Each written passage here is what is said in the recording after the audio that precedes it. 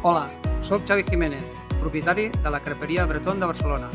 Avui farem la crep salada sucré et salé. Espero que us agradi.